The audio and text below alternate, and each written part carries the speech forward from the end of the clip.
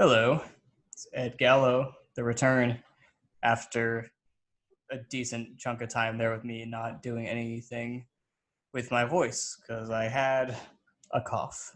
And I don't think I had COVID, so don't say that I did, but maybe I did. But I did get a test, and it was negative.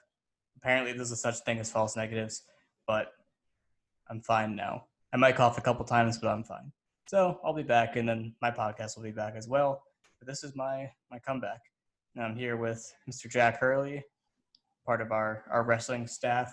If you haven't seen any of Jack's written content or his podcast appearances or anything like that yet, you should definitely check him out because he definitely does more research than I do, and his content's very in-depth and more detailed, and he's got a great way of writing about wrestling. So if you're here because you care about wrestling, you need to hit up Jack and read his stuff. Cool. But we are here today to preview a wrestling event. There's more. Last time we talked about the Flow Wrestling event, which was a disaster by a lot of metrics, but there was wrestling and it was pretty good action. So I'm excited to see it back. A little twist this time. Last time it was just a freestyle exhibition, no Greco, normal mat, normal everything pretty much. Although there wasn't a lot of space on the outer boundaries, so that kind of messed things up. But otherwise, it was super normal. Besides the weird weight class differences, this time it's part of Chael Sonnen's Submission Underground organization. I don't know if anyone's ever seen that, but he holds grappling matches with like Eddie Bravo's EBI rules in a cage. So it's cage grappling, which is okay. Why not? And it's a mixture of like good regional level guys and like big names and like MMA guys, and it's a decent product. Some of the matches are not good, but it's a little gimmicky, but there's definitely some solid action that goes on there. The overtime rules are a little weird, but people like the EBI rules because it forces action in some metric. So he's doing the same thing but with wrestling. So this is Chael Sonnen's Wrestling Underground 1, and it's a pretty solid card. There's a lot of good names on it. I'm pretty impressed. Jack's, I think, fairly impressed based on what the card is. There's senior world medalists. There's junior world champions. There's a lot of talent on the card, honestly, and the guys that are opposite of the talent, they're pretty solid too. So not a lot of like washed up weird names. It's pretty good all around. So Jack, first impressions, wrestling in a cage. How do you feel about that? Well, at first I kind of hated it and thought it was just like a dumb gimmick. But I'm actually fine with it now. They've done a good job, I think, with the rules in terms of what you can and can't do on the cage, and it's not a super serious thing. And it's cool that they've mixed the weights a little bit and given us matchups you wouldn't ordinarily get. And I think it's a pretty good set of competitors, and so there's some good matchups to talk about. Mm-hmm. Yeah. To clarify for people, the cage wrestling, we're not gonna like read off the rules or anything, but you can find them and they'll be explained in the show. But essentially, they're treating the cage like the out of bounds line in a freestyle match. So it's gonna be a freestyle mostly card, and there's one Greco match, and they're just gonna call it like it's out of bounds. So in freestyle, I don't know about in Greco, I assume so. There's a rule with the continuation. So if I shoot a double on you and I'm driving and we go out of bounds and then I finish it out of bounds, usually they'll call the points for whatever happens when we're out of bounds.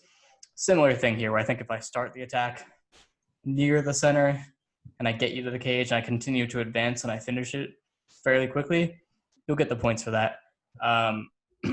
If you're continuously pushing people back into the cage and using it to like hold or maintain a position, I believe that's going to be a caution, and you're going to be warned for that. And pretty strict caution rules here. Caution 2 will be awarded pretty liberally, and I believe 3 cautions and you're disqualified. So high stakes here about not using the cage, which is interesting because they put them in it.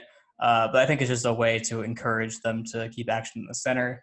And with the group of guys on this card, it'll be interesting to see how that goes, because there's a lot of there's a lot of weight disparities where people are coming down, meeting in the middle with someone later, which is good, but it could be an issue for this format because the rules are really heavily punishing someone being backed up in the cage. If you get backed up in the cage a bunch of times, it's considered retreating or fleeing, and that could be an issue. It might actually help in the Greco matches a little bit. But yeah, there's that, and also just the styles. There's a few guys that like to push forward, and we'll see how that plays out. But yeah, we're gonna talk about the matches from the bottom of the card to the top of the card. The main event, I'll just spoil that right now, is a two-time NCAA champion, two-time world medalist Nick Gwiazdowski, heavyweight. Went to NC State, has represented the USA at Worlds 3 times so far, and he's been a solid guy, and he's fending off the next generation of heavyweight challengers in the country.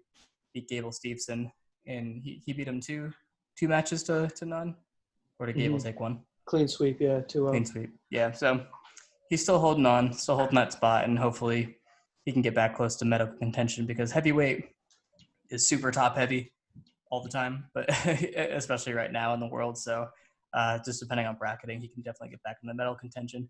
And he is wrestling Kivin Gadsen, who's a one-time NCAA champion, 3-time All-American from Iowa State. You might know him for pinning Kyle Snyder in the NCAA finals. I wrote about that. And Gadsen's a 197 guy in college and a 97 kilogram guy internationally. Sometimes 92. Has he gone 92? Gadson, no. Yeah.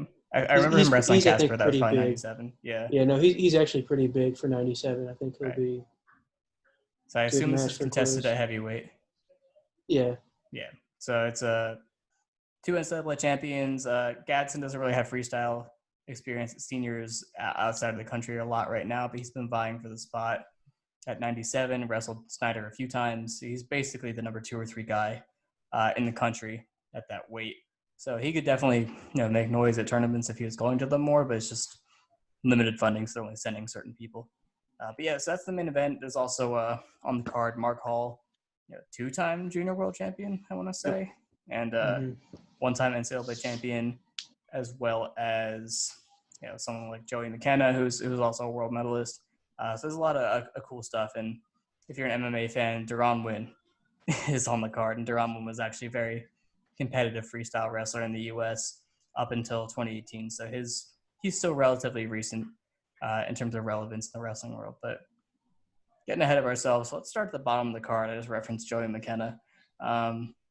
Jack, let's take the lead. Joey Mckenna and Tyler Berger. Tell the people who they are. Yeah, so Joey Mckenna is one of the top guys at 65 kilograms. He was, as you said, a junior world silver medalist back in 2014 or something. Yep. Very, very close to being a national champion college. Had a sort of controversial match with Yanni.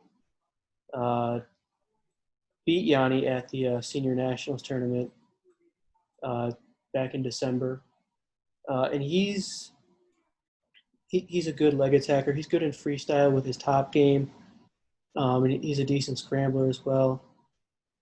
He likes to shoot from the outside. Doesn't push in all that much. He kind of looks for his openings to shoot in with his kind of straight single or sweep single to the lead leg, because he's a left leg lead. So most people that are right leg lead, it's right there for him to jump in on the leg. Which makes it interesting because Tyler Berger, his opponent, who was I think a 3-time All-American for Nebraska, and he's kind of working his way into freestyle now. He, I think, is not yet qualified for the Olympic trials, but he's had some decent results so far, up at 70 and 74. He likes a straight single, but he's a right leg lead, and so they're both going to be looking to drop down to the leg that's right in front of them. And I was looking it up, and Mckenna also has a U23 bronze medal in 2017, so that's cool too.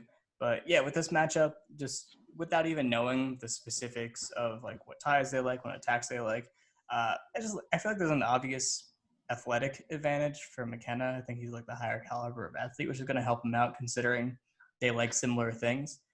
So when they're considering the same kind of approach, I feel like the guy who does his thing better and harder has a bit of an advantage there. And most of my memories of Mckenna scoring is he catches people flat with, he sets them up with his level changing on the outside and with his hands. And usually he just finds that moment where the guy is standing kind of flat footed and blows him over, gets a really deep entry. That's always what springs to mind. And obviously he's super solid and competent in almost every position, and good finisher, all that, very physical.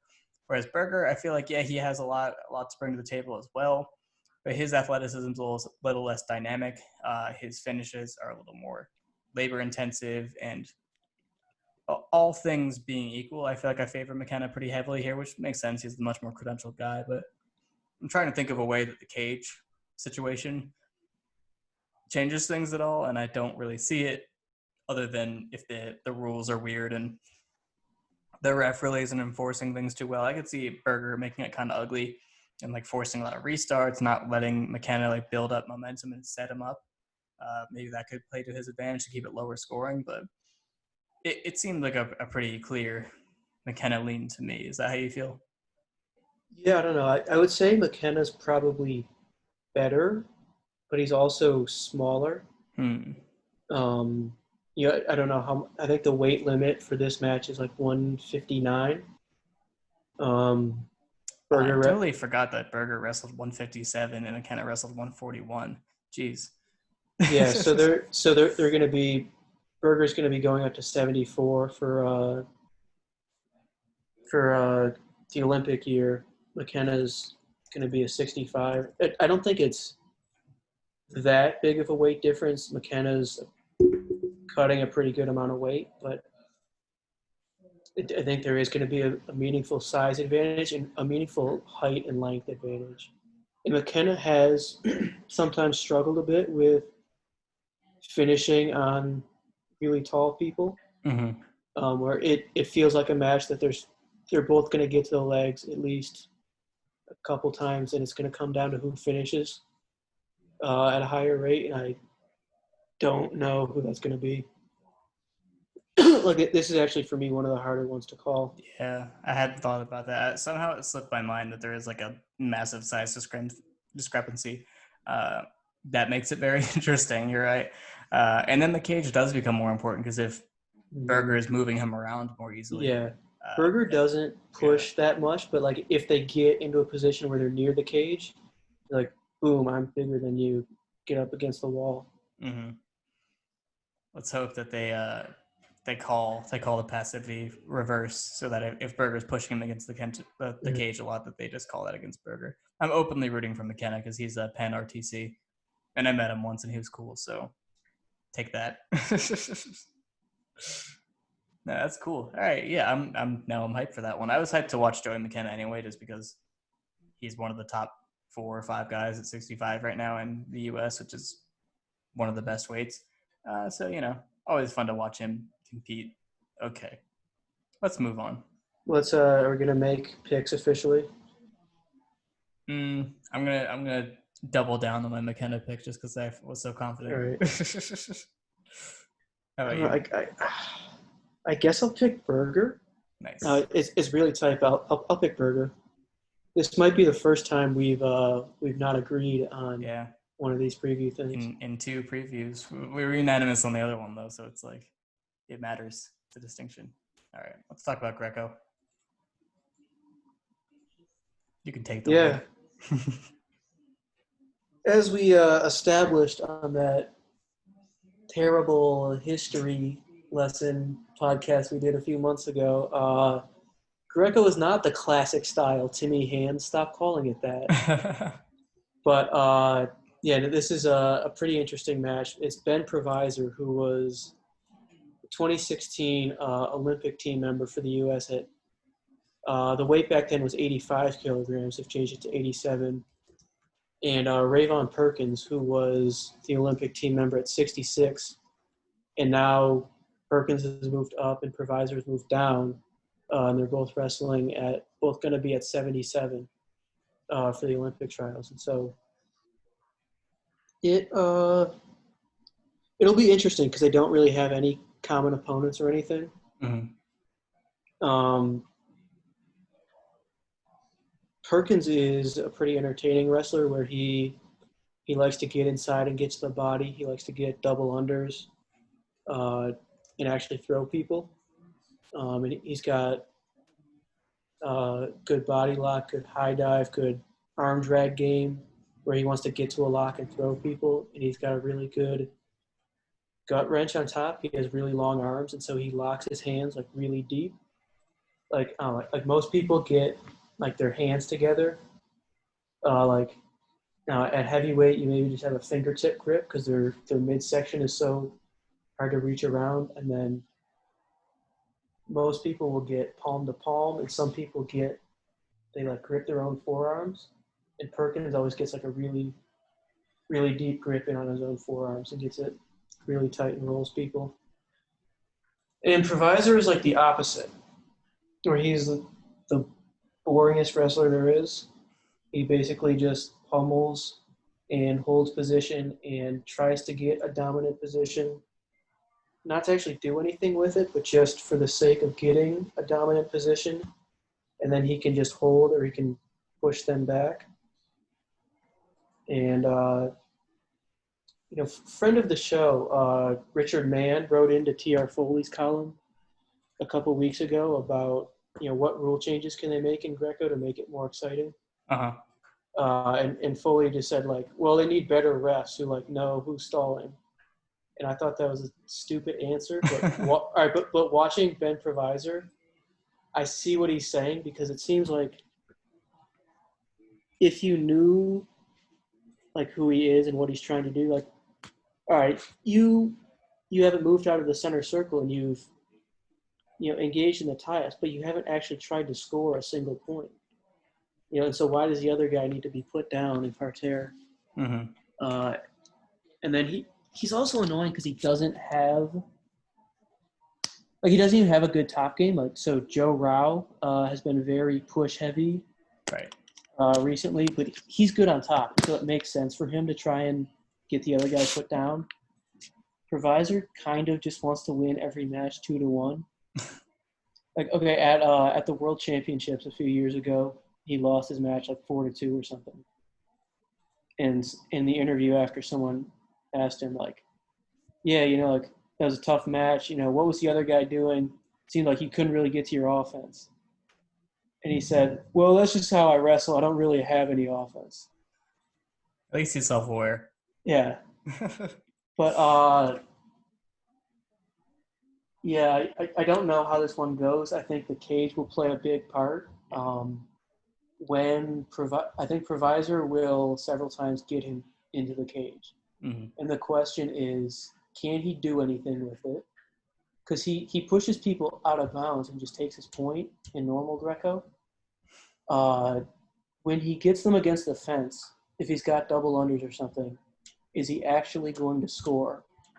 And then the other thing is, do the officials view it as Perkins needs to keep himself off the cage, that's passivity or backing up, or do they say, Provisor, you can't just push them, you have to actually try and throw them? Mm-hmm. I am going to say that because it's a wrestling ref and they don't really get a cage as much, maybe I'm assuming, that they're just going to err on the side of guy who is backing into the cage is the one stalling, is the one fleeing, is the one who's negatively wrestling. And I could see a Provisor disqualification win, because 3 cautions isn't that many. So if he gets them to the cage 3 times and they call it every time, that could be it. Just with the size advantage and that he's so pushy, and that Perkins is going to like actually try to throw him, which will probably just give Provisor better positions to push from, unless I'm underestimating Perkins. But I'm no Greco expert, so I don't know enough about specific strengths and weaknesses. But yeah, it seems like a good situation for Provisor, and it's probably not going to be fun. Yeah, I kind of feel the same way. Perkins definitely has a shot here where if he gets on top, might actually be able to get some turns. But it just seems like he's going to spend too much of the time with his back against the fence. He's not going to be able to score. The officials are going to caution him. Even if he does get on top, I think the whole like no mat wrestling within a foot of the cage thing probably hurts him because there's less chance to get multiple turns in a row. And normally you want to, if you lift somebody in the air, you walk towards the edge and then throw them, Right. kind of like out of bounds. If you don't have space to do that, and you're just stuck in the middle, it could be a little different. So I think it's most likely provisor. Yeah. Sounds good to me. I don't want to debate that one too hard because it's probably not going to live up to any degree of discussion. Okay. So we're going to move on to Sammy Brooks versus Shakur Rasheed. Sammy Brooks, Iowa Hawkeye, multiple-time All-American. Is that correct? I think so, yeah. Yeah, really solid guy in the lineup. He's been wrestling freestyle. He's been wrestling freestyle for a long time. He was a cadet world bronze medalist back in 2011. He made the junior team and did not make the medal match. Represented us at U23s in 2017. And he's been making trips to a few international tournaments within the past few years. He actually took silver at the Zielkowski in 2018, which is a big ranking series tournament for UWW. He lost to Baranowski in the finals. There wasn't anyone super tough in the field, but I mean, he placed higher than Downey and Stefan Reichmuth, who is a world medalist now, and Kenny Courts was there. That's interesting. Abinator was there. There were a lot of Americans at this tournament, but it's a good result. And he also won the Henri, I don't know how to say this, Deglan, the French one.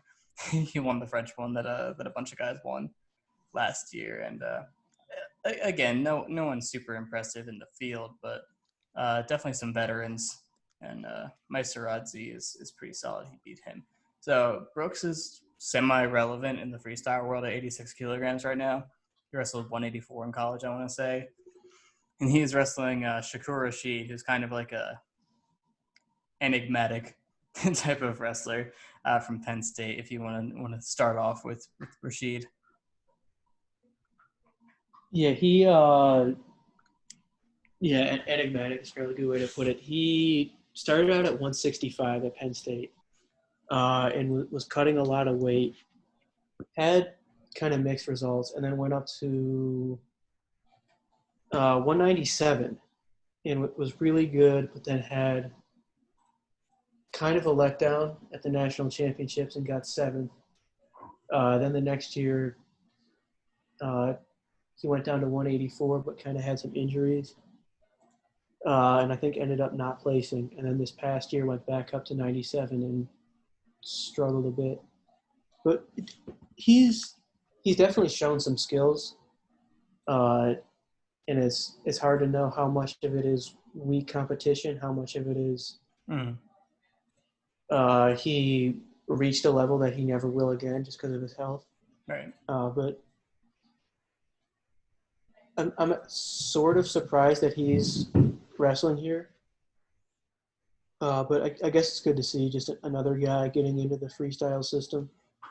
And hopefully he can get back to the level people thought he'd be at 2 or 3 years ago. Yeah, it was kind of like a thing that everyone thought was like, oh my God, once he gets his weight situation and figured out, like he's going to be a monster, he's going to be so good. And sometimes that looked true and sometimes it didn't look true. And I'm sure it has a lot to do with his health. But as you get into your technical breakdown, which I really enjoyed, I think it'll kind of start to reveal some of the inconsistencies. I think everyone knows him for his cradle, but it's not like he had a concrete system of getting people into situations where he could cradle them. Is that fair to say? Yeah, I mean, I think he was pretty good at setting it up on top in college, where with kind of predicting what they were going to do and sort of getting like the crossface grip and sort of funneling them into it. But from from neutral or just from freestyle positions, I'm not sure if it's really going to be a reliable weapon for him. Right. There's not going to be really like a lot of mat wrestling. So you take somebody whose best weapon is with their top game, and you put them against somebody who's pretty good at controlling the offense and limiting exchanges and kind of controlling the tempo. From neutral, that's not the best matchup, especially with the rules the way they are. It's kind of similar to how parterre is supposed to be called in international, like on a normal mat, where if a part of the body goes out of bounds before the turn is completed, it's technically should be blown dead and shouldn't be called. Now, if like during the turn, if you didn't complete the turn, or if you're starting to do the turn and they touch the cage at all, they're gonna blow that dead and it's not gonna count. So I've seen the cage. It's not small, but it's the smaller version. Like when they do like the UFC fight nights and in the casinos and what have you, the Apex. It's like 25 feet, I believe. It's closer to that size. So when you're just grappling, that space isn't super difficult to take up. But like with striking, you move around a lot more, obviously. But I don't know. I could just see some exchanges getting into that zone a lot. And I mean, in a normal wrestling match, a lot of parterre does happen on the edge, just because a lot of takedowns happen on the edge because people back up when they're defending. It just happens. So I could see that part of both of their games getting muted a little bit, but it's probably more important for Rasheed, even though it's not going to be the same amount of time that you get in folk style. I mean, he's still super dangerous from there, but Sammy Brooks is just like, in my mind, an underhook guy. I could snap into the underhook and hit and throw bys and all that other assorted underhook game tools.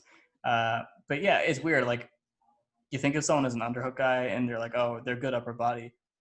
Not necessarily, because when they actually lock up, I've seen Brooks get thrown a few times. I think Crutchmer like tossed him really bad once.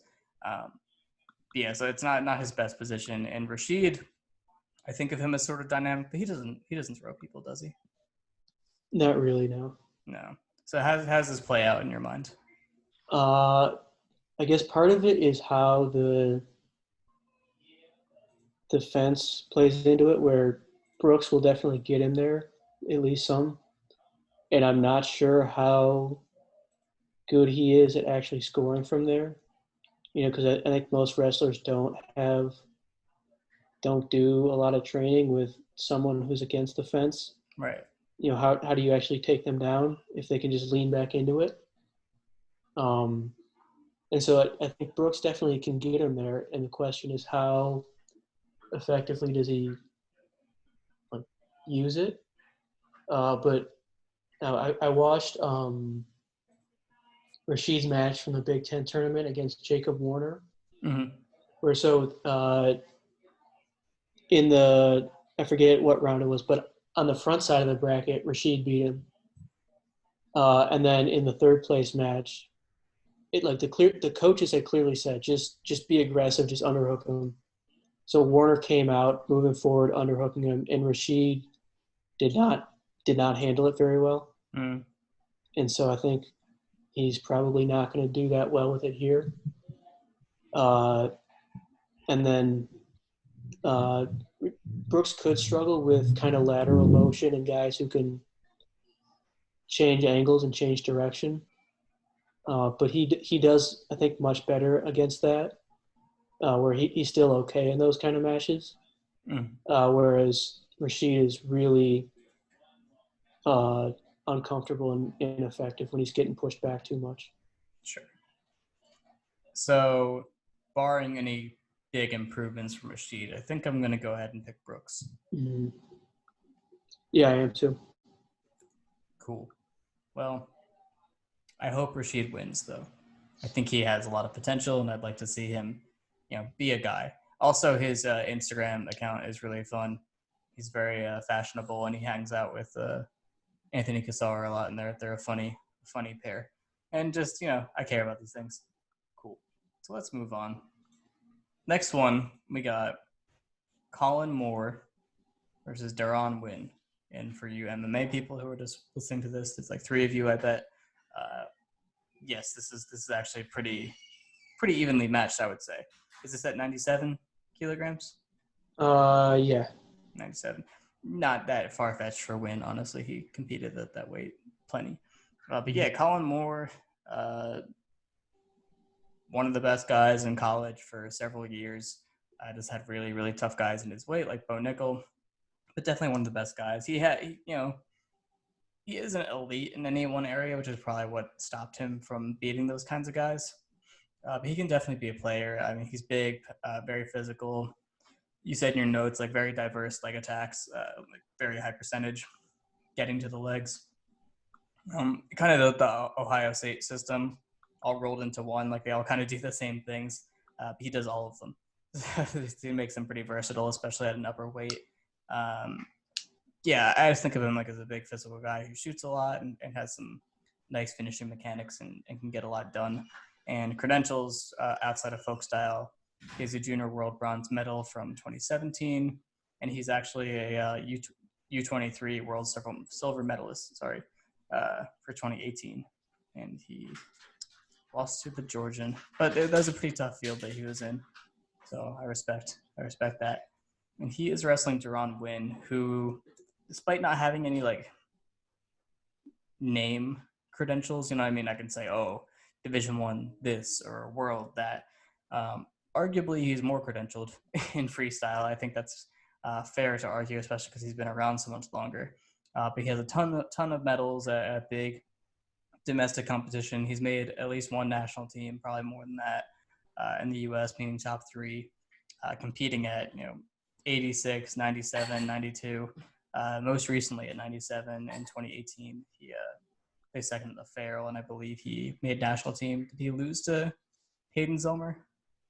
Yeah, so he lost in the challenge tournament final series. So he basically got third in the country. Yeah, like true third. Or not true third. Fake third. But yeah, he's always been like one of the top 3, 4, 5 guys at his weight in the country. No big signature tournament wins as far as the freestyle scene or college scene, because he didn't wrestle Division One. But always one of the best guys and pretty dynamic attacker. So what's your read on Nguyen's game as a wrestler? Because I think people will be interested to hear this as opposed to what they see in MMA. Yeah, he's probably going to wrestle at a very low pace, or he didn't take that many. He sort of stopped wrestling to do MMA, and then like the spring of 2018, he did like a 4-month push or so in wrestling, where he had like a little comeback, and that was where he came sort of close to getting to wrestle for a world team spot. And he didn't take a lot of shots, but he holds position pretty well. He's obviously really, really short for his weight. And I think it's hard for him to kind of hand fight into shots. But he has a good duck under into a double leg. He finishes his shots pretty well when he does go. And it's partly because he only commits when it's all the way there, when he's completely got the guy beat. But he has some pretty clean attacks. He's pretty good upper body. And I don't know how aggressive he'll be in trying to force those positions, but he's definitely better than Colin Moore there. And then he's pretty good from the front headlock. He's got very quick go behinds. Not too much in terms of exposure, but just circles behind people pretty quickly. So if Moore takes a couple bad shots, he could punish him for it. I think nothing unusual from Parterre, either good or bad. We forgot to mention he has a win over 2-time world champion Jaden Cox. It's probably worth mentioning. It's pretty significant. Beat him 10-2. Yeah. In college, it'd be a major. How long ago was that? Like when Cox first started doing freestyle seniors? It was 2014, so it was after his freshman season when he won his first college championship. Gotcha. He was still very, very good at that point, but it's different than beating him last year. But still, awesome name to have in your resume. Do you think that with regard to the rules that are in place, do you think Nguyen being an MMA fighter who knows how to wrestle in the cage and is at AKA, which is like the cage wrestling gym, is going to help him here? Or do you think they won't allow enough to happen on the cage where it'll actually come I think it does help. Yeah, I think it does help.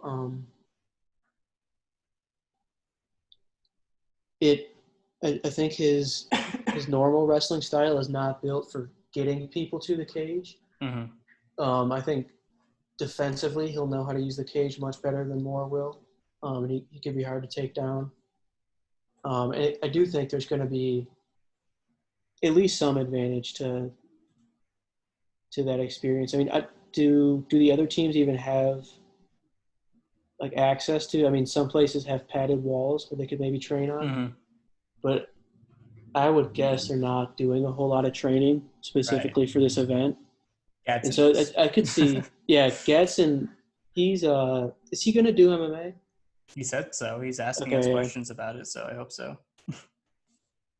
But I feel like Colin Moore is not going to be Probably not. versed in what you do and don't do against the cage, so that could matter. Mm-hmm. And that's honestly what makes it like a competitive and like interesting matchup. I think where Yeah. in a normal match, I just pick Moore with no hesitation. What do you think of Moore's like footwork defensively? Like if he's getting a straight shot on him, is he good at cutting away from the boundary and holding center? Or is that not really like a focus? I mean, it wouldn't be. Doesn't make sense for it to be a focus outside of freestyle, but just from whatever freestyle you've watched of him, how does he control center? He's all right. He's not great. He doesn't really push in much, but he doesn't get pushed around too much either. Mm-hmm. Big guy. Yeah, I mean he against Hayden Zilmer, who was more of a Greco guy, he definitely was losing that battle, but Sure. not badly.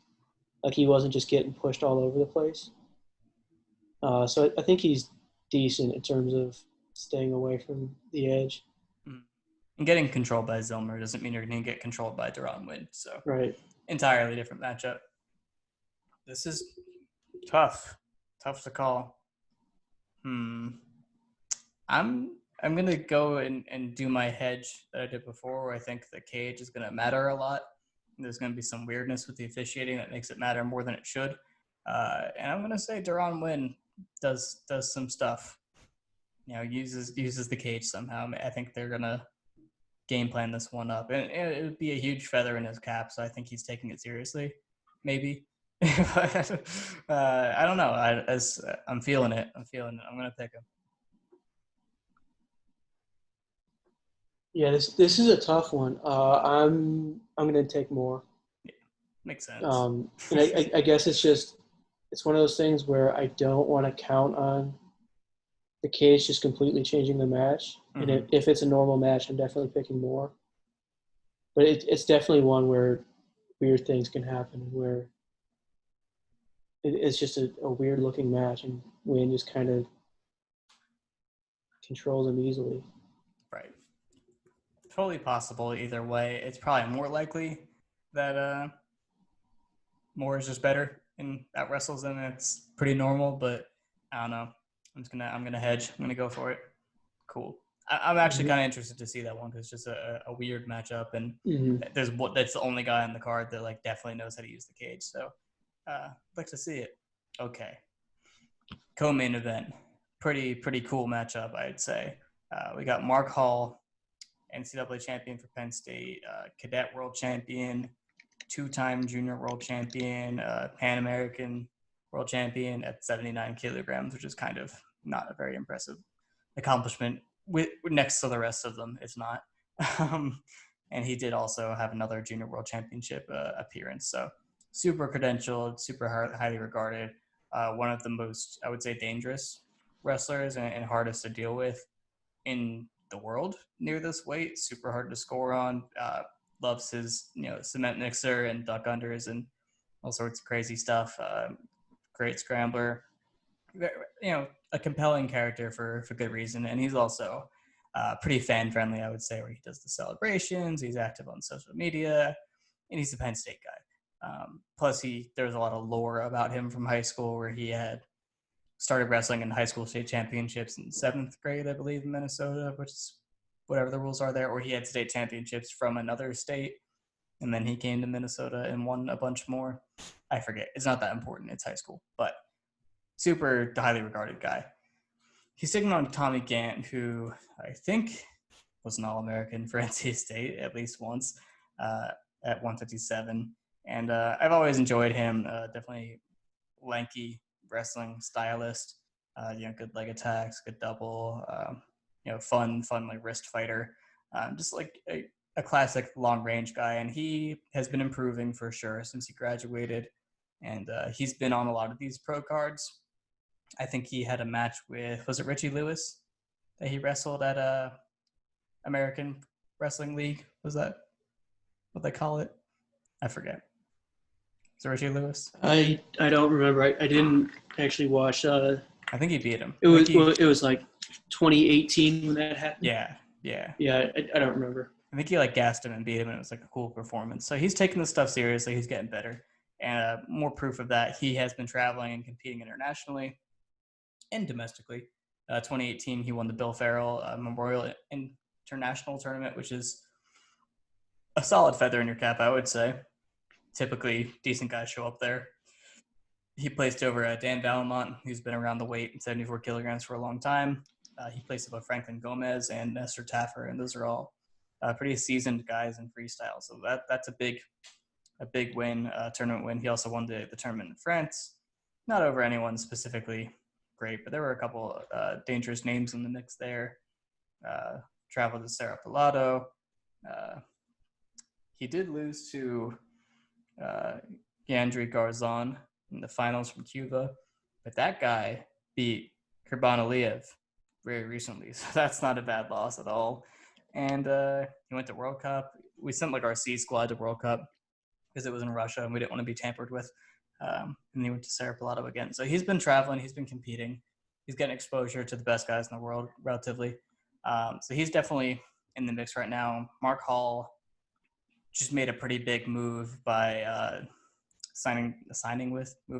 getting hired by, however you want to say it, the Penn RTC in Philadelphia, coached by Brandon Slay. And near his weight, you have David McFadden, who's a super tough guy from Virginia Tech. And of course, Jordan Burroughs is now at the Penn RTC. And so is Dan Valmont, so that's fun. But yeah, it's going to be an interesting situation with those two training together. Those three, I should say. I expect Mark Hall to make some big improvements and win big freestyle matches. He's a 79 kilogram guy at this point. He was always kind of big for his weight. He didn't have like big muscles, but his frame, like him as a person, he always looked big. Also, his head is gigantic, which I think adds a lot to the weight. So he's a 79 kilogram guy. Gant's definitely a 74. He moved up from 157 pounds after college. So I'm going to give the size advantage to Mark Hall, but I think the matchup is super interesting, and I will let you talk your thoughts. Talk about your thoughts. Talk your way through it. I can't talk. Yeah, I don't know. I always thought of Hall as kind of on the small side. For 74? For 174 pounds in college and for 79 kilograms. That's partly because he was always wrestling Zahid Valencia, who's got super long arms. Yeah. Who was just enormous. But now Gant is definitely a lot skinnier, but he's really tall. He used to be at 70 and he was huge, but even for 74, he's pretty tall. It's kind of interesting because they both. I guess I would say Hall is the more aggressive one in terms of the hand fighting and pushing forward, but it's not really kind of either of them their main thing. So I think the cage won't be too huge of an issue. And then Gant's good at getting to a leg from really far away and then pulling it in. But Hall, I think, is very good defending shots when he stops it completely, or if they get to his leg, especially in freestyle, he's really good.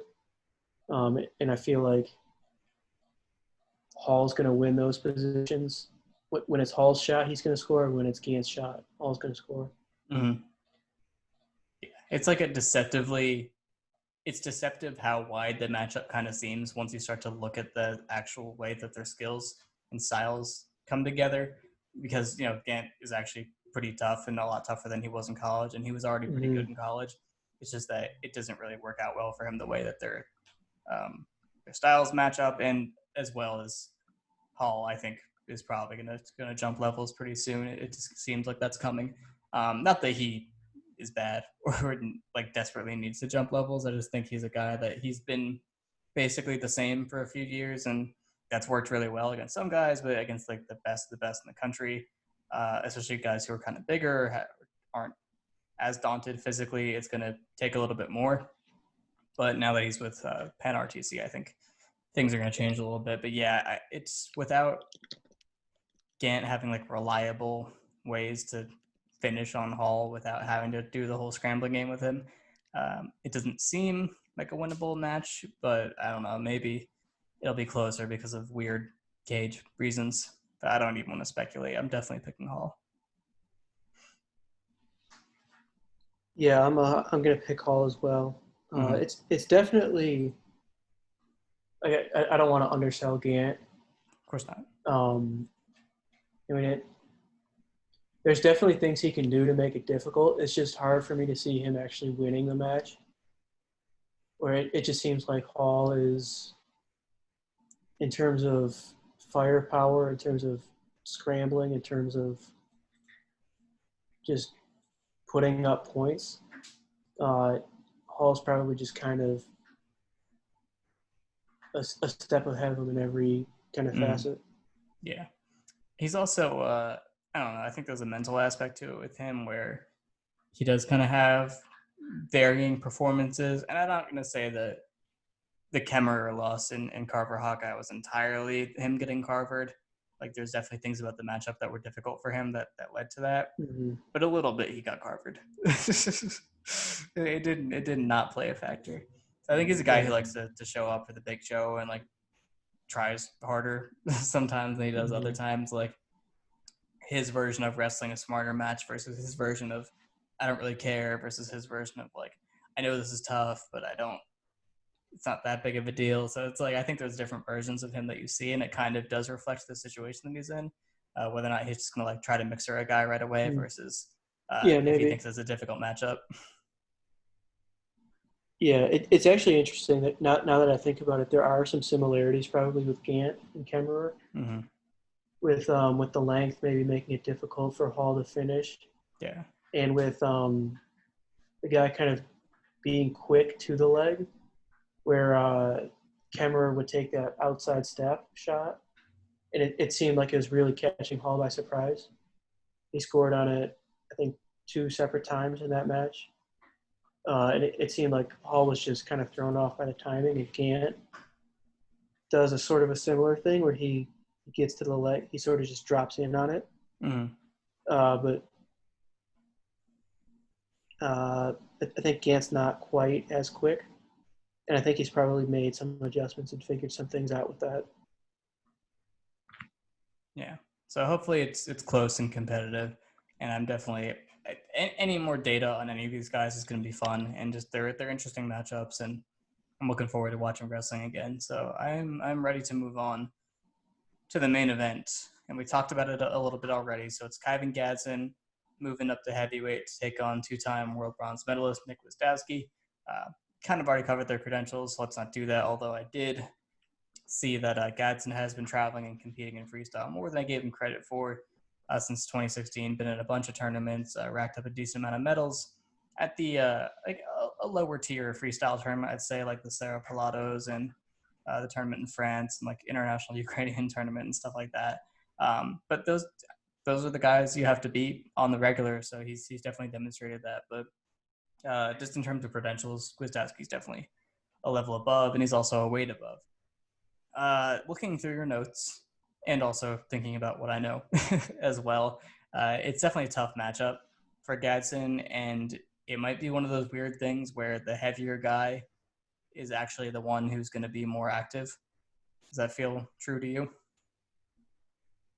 Yeah, it does seem like he shoots more. No, it's just a tough one where like it feels like Gadson is usually like the bigger guy who wants to like slow things down, and Gwiz is usually like the small guy taking down the like bigger but slower uh, heavyweight. And so I just don't know how it plays when the roles are reversed. Mm-hmm. Yeah, and I'm trying to think of like the ways that Gwiz has lost recently. I mean, there's the classic with Xiaowei Deng of China at Worlds where it's close with short time left. I think Gwiz was winning, and he shoots head inside directly underneath him and gets chest wrapped for an exposure and loses based on that. And he's had a couple of moments that are pretty similar to that where he's put himself in a kind of a bad situation with short time, and guys with There was games based around that capitalized. the match we watched where he did the commentary with Versus the match against Azerbaijan. Azerbaijan. Yeah, he tried to like pull the guy up into a chest wrap, and got taken down off it with like 10 seconds left. Mm-hmm. Yeah, so some tactical decisions that haven't been great. Then there's matches like Amir Zaire, I'm gonna say is how it's pronounced, from Iran, U23 world champion. Is he? He's something. He's good. He lost to Mason Paris at Junior Worlds, but he tech falled Wisdowski entirely on pushouts. 10 pushouts, 10 points, and that was it. Which match was this? This was at Alon's versus Zaire, yeah. And then Zaire lost to Batraz Gazayev. Got thrown from underneath in front headlock. So the way that Gwiz loses matches at the highest level, I don't really see Gadson having those same threats. I mean, specifically with like, can he counter his shots? Probably not at a high percentage. Although if you think about like the way he threw Snyder, in your notes you said that his upper body offense is kind of situational. He doesn't like work to it and get it. But like off defense, he's pretty quick about getting in an over-under and stepping over and doing his weird Polish throw. I saw him drilling it actually on Twitter or Instagram. He posted a video of him training in the cage, drilling it off a single leg defense. So, I mean, those opportunities will arise because Gwiz shoots singles. But, yeah, I think just with the weight difference, it's not going to be ideal to try to throw him. And he's not really like a parterre counter guy as far as I know. I haven't watched a lot of his recent freestyle matches, but it seems like he kind of likes to control pace on the feet, mix up his speeds and explode into a few attacks every once in a while. And he always has his stuff in his back pocket for a little bit deeper game, but it seems like he's going to be actually looking to slow things down and fire off a couple of key leg attacks to try to finish quick and make it difficult and control risks, whereas Gwiz is going to be the one like looking to score points. And I think when there's a bigger guy trying to push a pace on you, as long as he's staying relatively tight with his finishes, which I think he's more than capable of doing for the most part, it's probably not a great look. Yeah, that all makes sense. Mm-hmm. Yeah, I don't know. It's definitely a weird one. And I also think the cage, if nothing else, just complicates things and just makes it a little bit weird and different. Mm-hmm. And that probably makes it closer to a 50-50 where whoever you'd favor in a sort of normal match, I think you have to lower the margin and lower the odds a little bit. But it doesn't seem like Gadson's really going to be able to impose any sort of upper body game on Gwiz. I mean, Gwiz has wrestled Adam Kuhn and Don Bradley and a lot of really big guys have tried to push him back, and he's mostly been able to avoid that.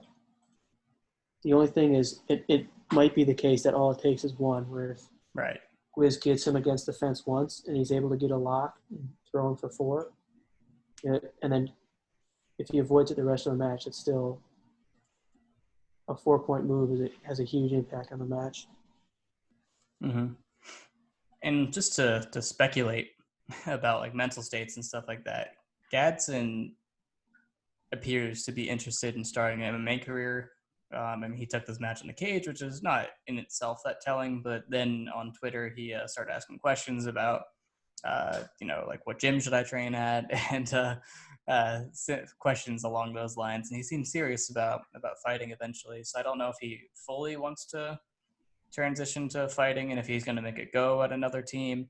But it seems like that's probably a good idea, just because Jaden Cox moved up to 97 and Snyder is still at 97. He's improving with Penn State, and it's not getting easier to make the team at the weight. And I don't think he really wants to move up, and he definitely can't move down. So it might be one of those situations where, like, yeah, he could, just be an RTC roster member and make money and be a coach and wrestle professionally. I think he's the kind of guy where he wants to be the guy, and he's sick of not being the guy, and MMA is a chance for him to do that. So it definitely makes sense to me that he wants to kind of start anew. With that being said, he doesn't really have a lot to lose here. Like he's not going to lose his standing in his weight class. So you might see him open up a little bit more, which could be good or could be bad, but not really making any predictions based on that. Just, speculating as to reasons why the match might be more or less interesting than we anticipate. And with Gwiz, I feel like he needs to make a statement that he is the guy and he's not going to get pushed by a 97 moving up, and he is gearing up for an Olympic title run, which is, I assume, that is his goal right now. Mm-hmm. Yeah. Not much to can't disagree with any of that. Pretty obvious stuff.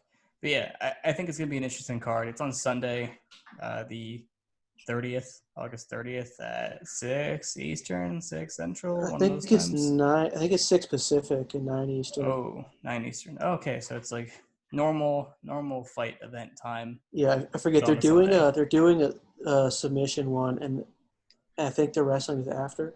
Gotcha. But it might one of them's at 6 Eastern, the other's at 9 Eastern, and I think wrestling's at 9.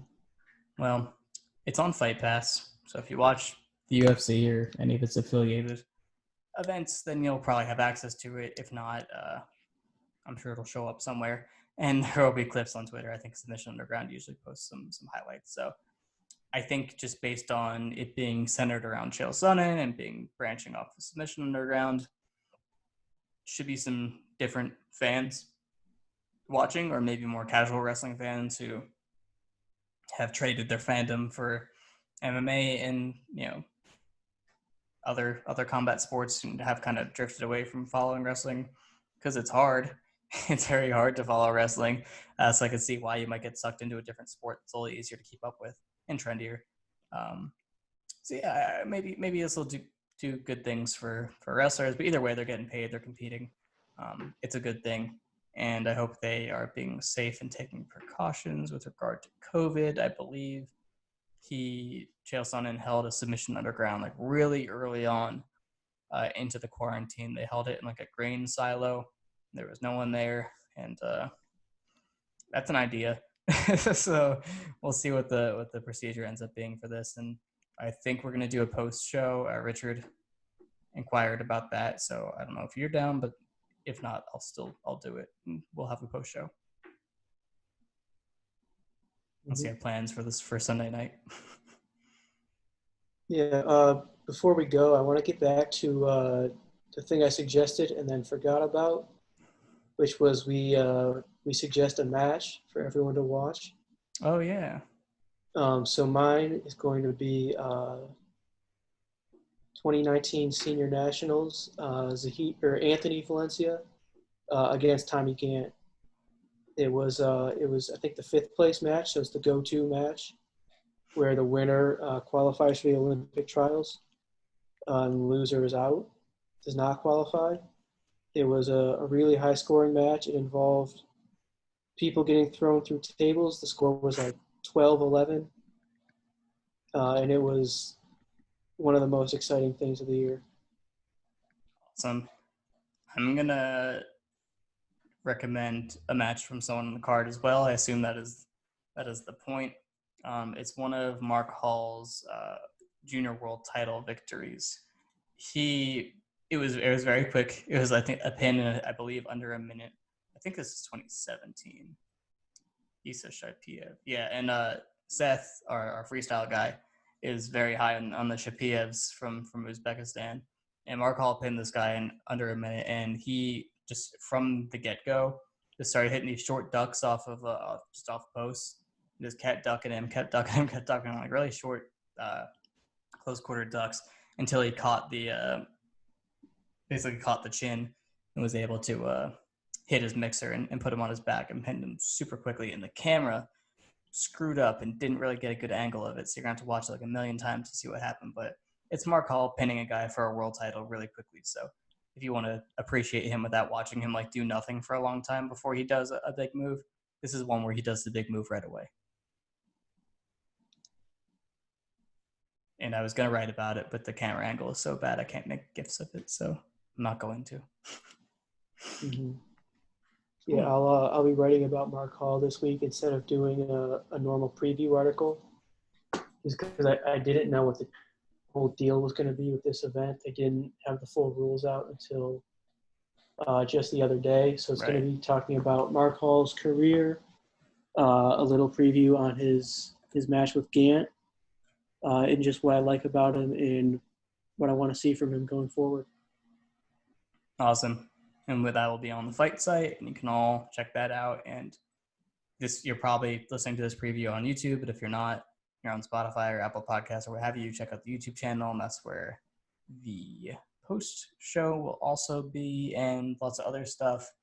And I can't promise a timeline on this, but within the next couple months, there's going to be a lot more video breakdowns. So if you like video breakdowns, they are coming, and hopefully we'll try to get some more wrestling breakdowns. And Ryan should continue his Barrero series because that was really good. So if you're the one Greco fan listening to this, that's optimistic. If you're someone that might become a Greco fan at some point, that's a really good one to get into because Barrero is very fun, especially for Greco. Okay, so we're going to sign off, and we're going to watch that card on Sunday, talk about it, and then you'll hear us talking about it more on Monday or Tuesday. So peace out, and catch you laters.